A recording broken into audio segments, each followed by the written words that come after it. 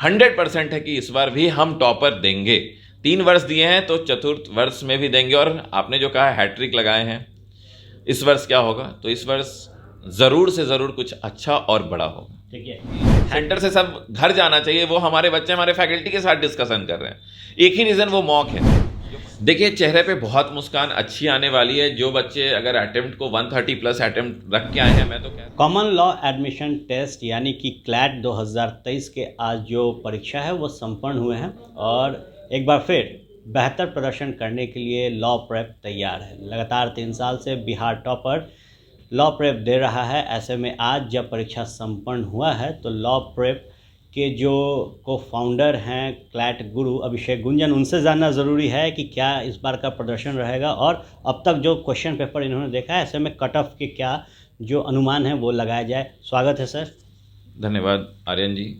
सबसे पहला इम्प्रेशन जो पेपर देखने के बाद जो हमें मिला है, अभी बच्चे हमारे काफ़ी जो लौट के आ रहे हैं सेंटर से, ये मिला है कि क्लैट 2022 और 2021 जो पिछले 2 वर्ष हुई थी, उससे इस बार की पेपर थोड़ा लेंदी थी। ट्रिकी क्वेश्चन ज़्यादा थी।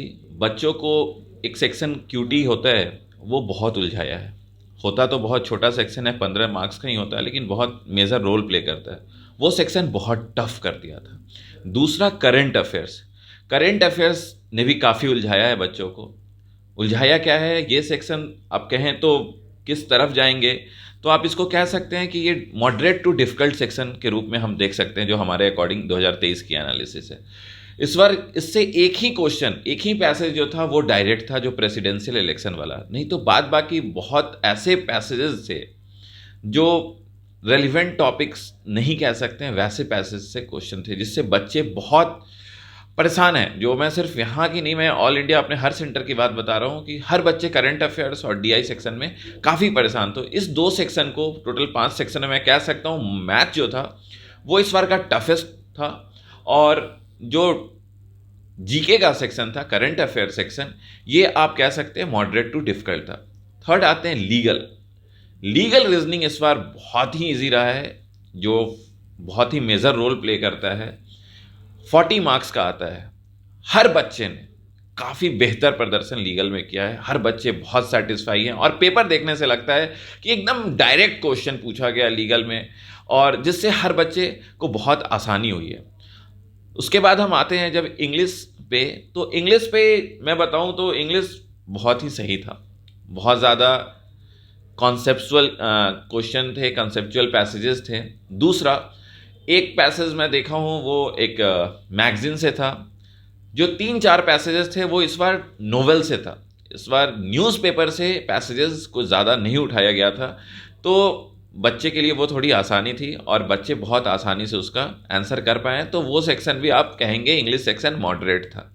और जो सबसे लास्ट सेक्शन जो क्रिटिकल रीजनिंग है, जिससे मैंने आपको बताया भी था 2 दिन पहले जब आपने हमारे सेंटर पे आया था, तो क्रिटिकल रीजनिंग से बिहार के हर बच्चे काफ़ी डरते हैं, लेकिन कुछ अजूबा इस बार देखने को मिला।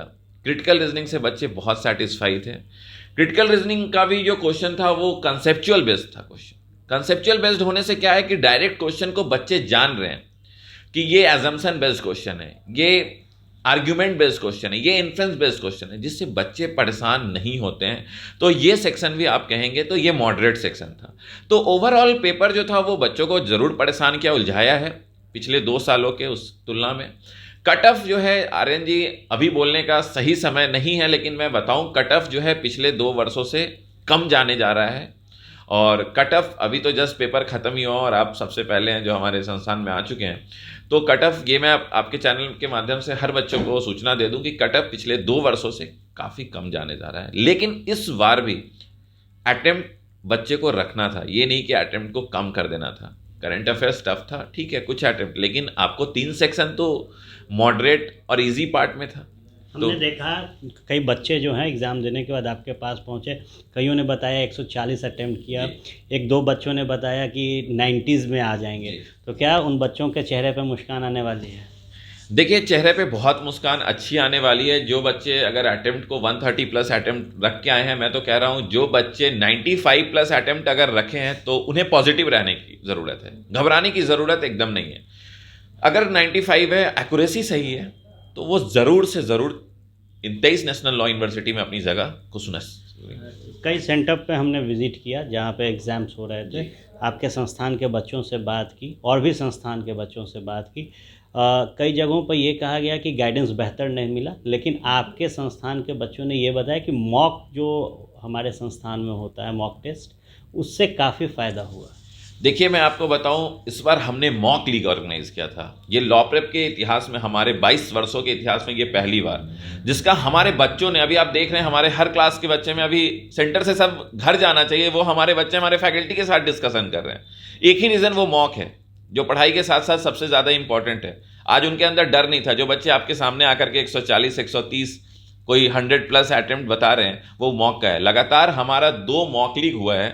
एक दिन हमने 5 डेज कंटिन्यू मॉक लीग रखा, और अभी फ्राइडे तक हमारा, Tuesday to Friday 4 days mock league चला था, जिसमें बच्चे को बहुत सारा क्वेश्चन लीगल का ऐसा लगा वो to the direct law prep से ही आ गया है, जो बच्चे बता रहे हैं। तो गाइडेंस की बात कई और बच्चों ने की थी। गाइडेंस कितना महत्वपूर्ण हो जाता है परीक्षा के बीच? देखिए, गाइडेंस सबसे इंपॉर्टेंट मैटर करता है आर्यन जी। हमारा संस्थान, हमारे एक एक फैकल्टी मेंबर, हमारे एक एक ऑफिस स्टाफ, हर बच्चों को हर एक तरह से गाइड करें। ऐसे बच्चे एग्जाम के प्रिपरेशन में बच्चे हैं, 11th 12th के बच्चे हैं, डीमोटिवेट हो जाते हैं, हॉस्टल में रहते हैं, वो अपने माता पिता के साथ भी नहीं, कि माँ बाप के साथ आप और हम रह रहे हैं तो मोटिवेशन मिल जाती है। हम लोग भी इस उम्र में भी परेशान होते हैं, उन्हें समझाने वाला कौन है? तो मैं एक एक बच्चे के साथ, अगर आप अभी जाएं और पूछें, मैं एक एक बच्चों का पर्सनल मेंटरशिप लेता हूँ। क्लैट गुरु आपको इसीलिए शायद कहा भी जाता है। हमने देखा कई जगहों पर आपने अपने बच्चों को 8:30-9 बजे बुलाया, और सारे सेंटर जहाँ जहाँ थे वहाँ पे आप विज़िट भी किए थे। मैं एक एक सेंटर पे विज़िट किया हूँ। हर बच्चों से मिलने की पूरी कोशिश रही है कि मैं अपने हर एक बच्चों से मिलूं, क्योंकि एग्ज़ाम सेंटर के बाहर बहुत बच्चे इमोशनल भी होकर के निकले हैं। उन्हें भी तो साथ रखना है। जो अच्छा किए वो तो बेहतर प्रदर्शन कर चुके हैं, लेकिन जो किसी कारणवश, किसी सेक्शन की कमजोरी होने के कारण, या पेपर उस टाइम 2 घंटे में अच्छा नहीं जाने के कारण, वो आप देखें इमोशनल हो गए थे। तो वो भी तो हमारे बच्चे हैं, उन्हें भी तो साथ लेकर के चलना है। तो इन सभी को मोटिवेट करने के लिए मैं हर सेंटर पे भी विजिट किया था। कोशिश था कि मैं हर बच्चों से मिल पाऊँ, लेकिन समय 4 बजे ही छुट्टी हुई है, तो मैं 2-3 सेंटर पे, लेकिन उससे पहले जब एंटर हो रहे थे बच्चे सेंटर के अंदर, उस वक्त भी मैं अपने अलग सेंटर पे विजिट करके हर बच्चों को मोटिवेट कर चुका था। हैट्रिक तो आपके संस्थान ने लगा दी है, क्या चौका की तैयारी है? देखिए, पूरे साल इसी दिन की इंतज़ार रहती है। अगर अभी मैं अपना सच्चाई पूछें तो आप इंटरव्यू ले रहे हैं और मेरी पल्स रेट सिर्फ इसलिए लग रही है, बढ़ी हुई है, कि मेरा रिजल्ट क्या होगा। लेकिन उम्मीद है, जिस तरीके से हमारे बच्चे बता रहे हैं, जिस तरीके से हमारे फैकल्टी मेंबर बता रहे हैं, उम्मीद 100% है कि इस बार भी हम टॉपर देंगे। 3 वर्ष दिए हैं तो चतुर्थ वर्ष में भी देंगे। और आपने जो कहा हैट्रिक लगाए हैं, इस वर्ष क्या होगा? तो इस वर्ष ज़रूर से ज़रूर कुछ अच्छा और बड़ा होगा। ठीक है, हैट्रिक से भी कुछ बड़ा होगा, और जो एफ़र्ट है, एफ़र्ट हरदम एक अच्छा जो रिवॉर्ड है वो दे के जाता है। बहरहाल क्लैट गुरु अभिषेक गुंजन को आप सुन रहे थे, और आज जब क्लैट 2023 के परीक्षा संपन्न हुए हैं तो बच्चों के चेहरे पर मुस्कान के साथ उन तमाम शिक्षकों के चेहरे पर भी मुस्कान है जिनके प्रयास से आज बच्चों ने बेहतर प्रदर्शन किया है। बहरहाल तमाम खबरें आपको फर्स्ट बिहार पर मिलेंगी। बने रहे फर्स्ट बिहार के साथ। धन्यवाद।